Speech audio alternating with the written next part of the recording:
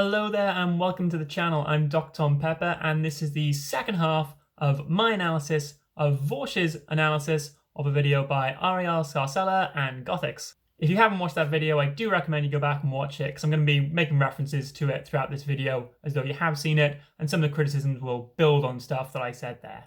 I'll keep the introduction short just to say that this video is not a defense of Scarcella's original video or her position. I didn't think the original video was that good. It's just that I think Vaush's analysis is not good in a more interesting way that we can really talk about.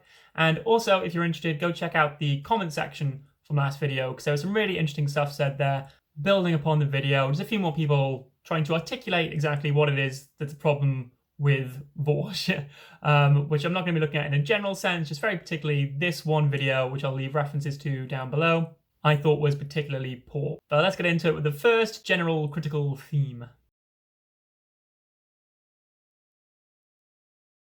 So there's no real technical term for this fallacy. It's not even really bad argumentation. It's just a strange choice. So Gothics and Scarcella, throughout their video, what they try and do is convince you that a sort of general truth, like wokeness has gone too far, is true. And they'll do this by relying on specific examples. In particular, they're looking at an article written by a teacher that left the profession because, according to them, they thought things were getting too woke and crazy. Vaush's argumentative tactic is just to deny that the events that Scarcella and Gothic said are happening are actually happening. And these are almost all sort of, small scale events. I was teaching one day and this happened, I was in class and that kind of thing happened, blah, blah, blah.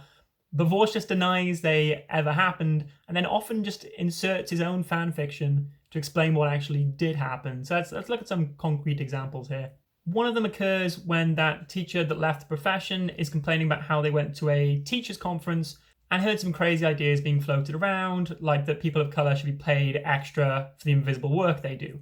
Now, as usual, Vaush doesn't take this charitably. He doesn't think, well, that's a real example, and then how should we move forward? Do I think doing that's a good idea? Do I not think it's a good idea? Why is it not a good idea?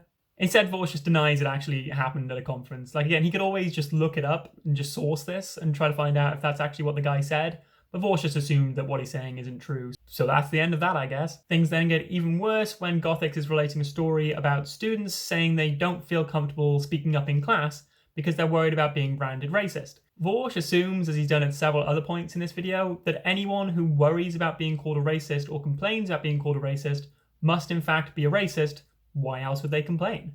Even though he admits that people can be overzealous in classrooms, he ignores what's been said and just invents this imaginary scenario in which there's this racist white student who wants to go to class and be a racist but can't because now woke people run the whole thing, I guess. Like he says that the account from the article didn't actually happen and that must be what's happened instead. But it's just so odd, this insistence of his that only racist people worry about being called out for being racist. If you're one of these sort of anti-racist types who devotes a lot of time and energy into fighting racism, wouldn't you be more sensitive into the kind of things people can accuse you of being racist about? Like, why does the worry about being seen as racist drop away if you're not a racist, if people can be overzealous, which Vaush admits? And again, later in the video, Scarcella brings up a reference from the article and says that in certain places, new rules are being rewritten to allow, I think it's allow black people to be late. So if you're white and you're late, that's not cool, but you're allowed to be late if you're black to account for systemic racism or something odd. Scarcella doesn't really explain it in the video, but Vaush doesn't check it out. He again just denies it's ever happened. Like, again, he might be right. Maybe it has never happened. But he has no reason to think it's never happened. One person is saying it has happened, Vaush says it doesn't happen, so we're just at stalemate, I guess. Instead, Vaush writes the whole thing off as ridiculous and again invents this scenario where a black student was late one time because the buses around there are really bad, and the teacher let them off because they understood that the bus system around there is really bad.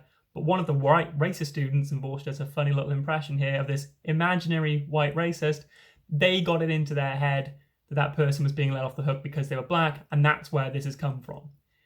Again, like, Vaush has no reason to dismiss the story, and then he obviously has no reason to invent this other story, but it's part of his argument, right? Like, his argument is trying to reach the conclusion, wokeness isn't going mad, you don't have to worry about it. And so whenever a counterexample is brought up, he just dismisses it as untrue.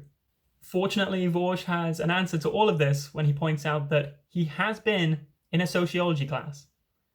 So he was in one class at one university, presumably for several years, and he thinks this gives him some sort of insight into how all classes are run across America, which I guess allows him to write off any of these counterexamples to his point.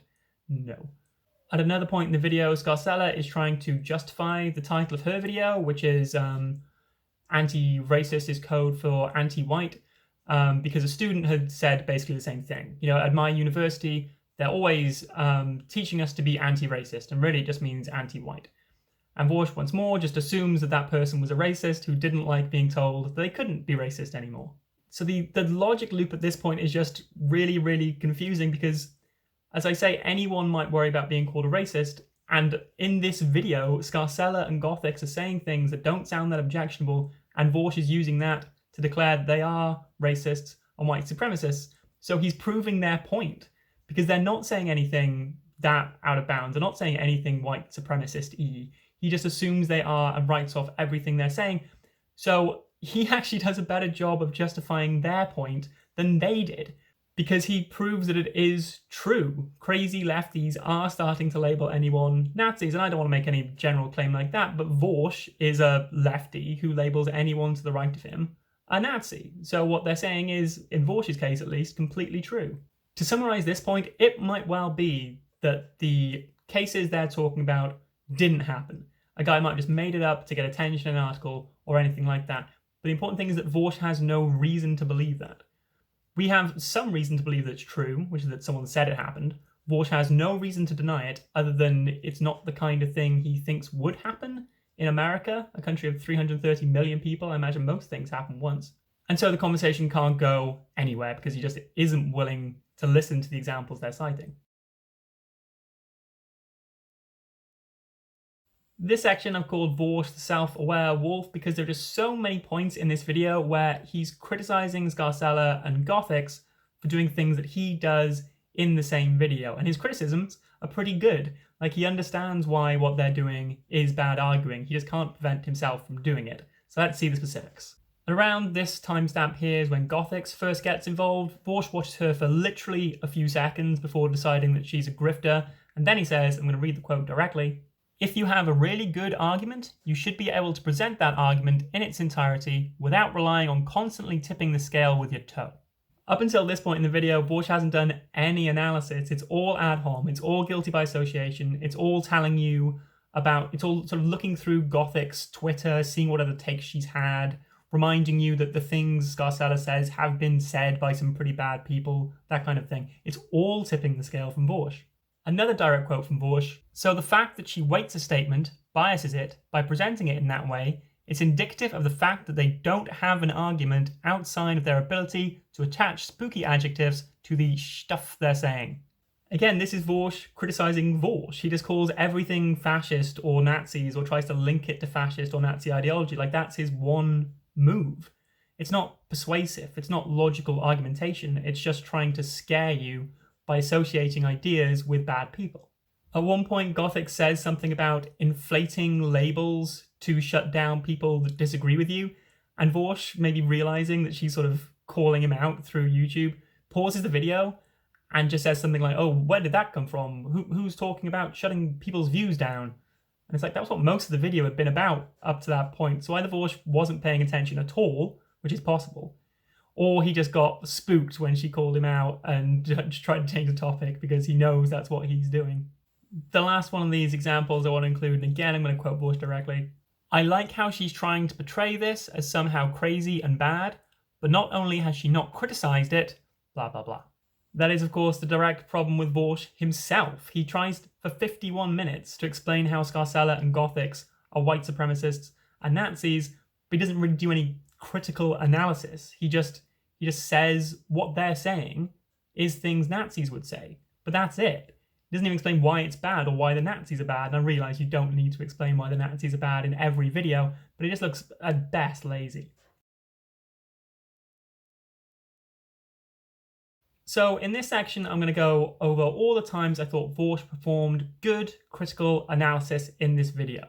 And I know what some of you might be thinking. You might be thinking I've included this for balance, so that I'm criticizing him, but also including the good bits. Not so. In fact, I'm only doing this as another way of criticizing Vaush, because this short section is going to cover all of the good analysis I found in a 51-minute video. And if I'm wrong about this, if you guys can find any instances in that video where Vaush does good critical analysis that I've missed out, I will happily admit I'm wrong. Leave a comment down below. Either I'll respond to your comment, or if there's enough, I'll make a video apologizing. I will publicly retract what I'm saying here. But as far as I know, these few scant examples are the entirety of the good critical analysis in that video. There are times, and I'll leave timestamps down here, where Vaush does just expand on what's being said, and I'm already scraping the barrel here, but I'll include that as good analysis because it's informative, and it does react in some ways to what Gothics and Scarcella was saying, so for Vaush it's pretty damn good. For instance, at one point, Scarcella complains about black people never being shown as the bad guy, and Vaush corrects her and says the article she was talking about used the term criminal, not bad guy. Now Vaush is correct to correct her on that, and he goes on for about a minute on how that's wrong and what the difference is, which, you know, doesn't really contribute to his argument or make any kind of impressive point, but it was a minute where he was disagreeing with what she said and had a reason to do so, which he explained. Like I said before, a few of the times when he's criticizing what they're doing, stacking the deck, using spooky language, just overt bias, that is all bad, and he's right to say it's bad. It's just unfortunate that he does the same thing. Things get really good at one point when he points out that Gothics is conflating two issues, i.e. getting them confused and then talking about one as though it was the other unjustifiably. That's actually analysis, that's actual criticism, and it might be the only bit of pure good analysis in the video. In the video, Vaush discusses postmodernism and empiricism, and his account of postmodernism and what it is pretty good. Empiricism, not so much, but he defines those terms to a reasonable standard. Since my background is in philosophy, I found the postmodernism stuff particularly interesting, and Vaush does talk about it for a while. Like he says, he's not a philosopher, so I'm not really going to have a big go at him for getting it wrong. But it is interesting how it ties into his political philosophy. Postmodernism is a metaphysical view, a very sort of fundamental view. So whatever your views on postmodernism are, you can have whatever kind of political view based on that, right? Like, postmodernism doesn't entail a particular political belief, nor does it shut any off to you. But the way Vaush uses it is so interesting because he talks about how postmodernism entails that no one viewpoint is actually true. There are just many viewpoints and all are true. But then, in the same section, he talks about how Marxist is one of the true lenses. So instead of doing what he should do and reducing all truth and falsity to sort of null status, like in postmodernism, he wants to say that nothing is really true, but at the same time there are true lenses, like Marxism, and then presumably false lenses, like Nazism, authoritarianism, fascism, conservatism, right?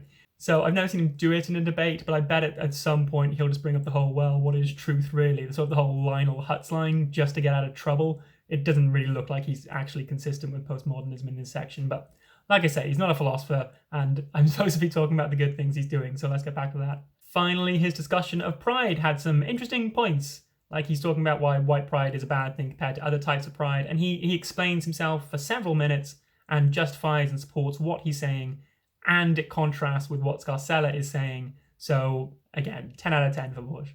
That's about it though. I would be surprised if there was more than 10 minutes of actual analysis in the 51-minute long video. Scarcella's was no better, but when Vaush is doing that kind of length, I think you really expect a bit more meat on the bones, and it's just not here. So that's what we're dealing with, just a scant, tiny bit of actual critical analysis versus a mountain of ad hominem, guilty by association, poor argumentation. In conclusion then, Vaush is bad at critical analysis, but I think we all kind of knew that. More interesting to me is stuff that's come out of the chat, and also a video that Vaush has posted since. In the chat, I think one other person has said about how they're also a leftist, and they have a problem with Vaush. I myself would call myself left-wing, certainly economically socialist, and yet we dislike Vaush. In a video that he brought out after the first half of this came up, talked about how most hate he gets online is from left-wing people. Vaush is aware of the problem, he clocks it. but then he just writes them off as tankies or authoritarians or, basement dwelling losers. So we're just right back to ad hominems. And you just have to wonder, I don't want to say it's a personal thing, but like, it's not necessarily people dislike Vaush's politics, it's they dislike his style, the argumentative, combative style that can't win anyone round to any left-wing causes. Like, if you don't already agree with Vaush's conclusions in a video, I can't possibly imagine that watching the video will make you agree with them, because there's no effort to persuade. Anyone that doesn't agree with him is a Nazi.